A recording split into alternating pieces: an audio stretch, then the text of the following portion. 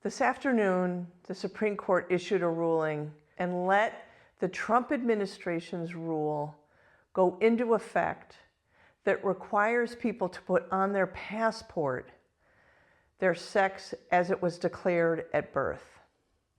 Now, I could do a really smart, quick legal analysis of what was wrong with this decision, shadow docket, lifting a stay, no reasoning, no briefing, but I just want to talk really personally. This is what I look like when I travel. Like, I'm getting on a plane next Friday to go to Chicago for a conference.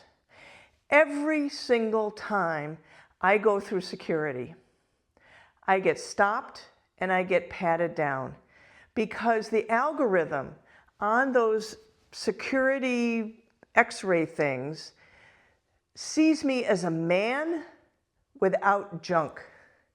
So I get stopped, the big yellow square appears here, and they pat me down here. I get pulled over, and the TSA agent looks at me and says, do we need to have a male or a female person to come pat you down? I go through this every single time.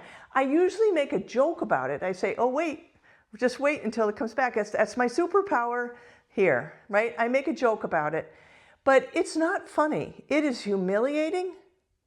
It is harassing. It is disgusting, and it makes me hate to travel. Trans people go through this every time they travel. I am not trans. I'm just gender non-conforming. I'm just like me. This is what I looked like when I was a kid. I felt free, I felt in my body, I felt powerful, and I felt fun. And rules like what the Trump administration is putting into place in our schools, in our locker rooms, in our gyms, at the airport, everywhere, make none of us feel free, none of us feel in our bodies, none of us feel like ourselves, and we feel humiliated by it. That is exactly the point.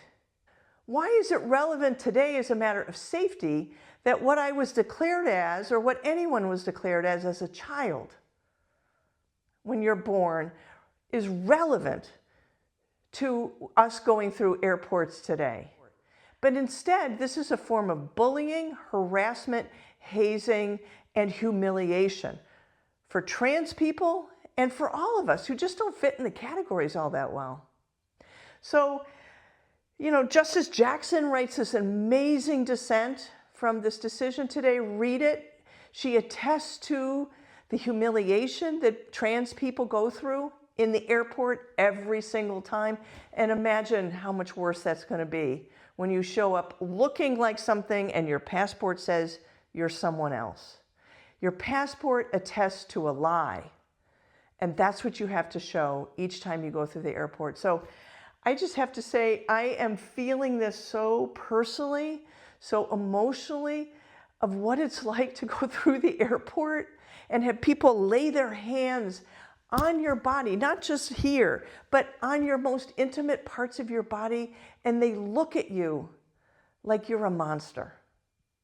They look at you with disgust, and your passport now becomes an invitation to disgust. Just take that in. That's what the Supreme Court ruled today.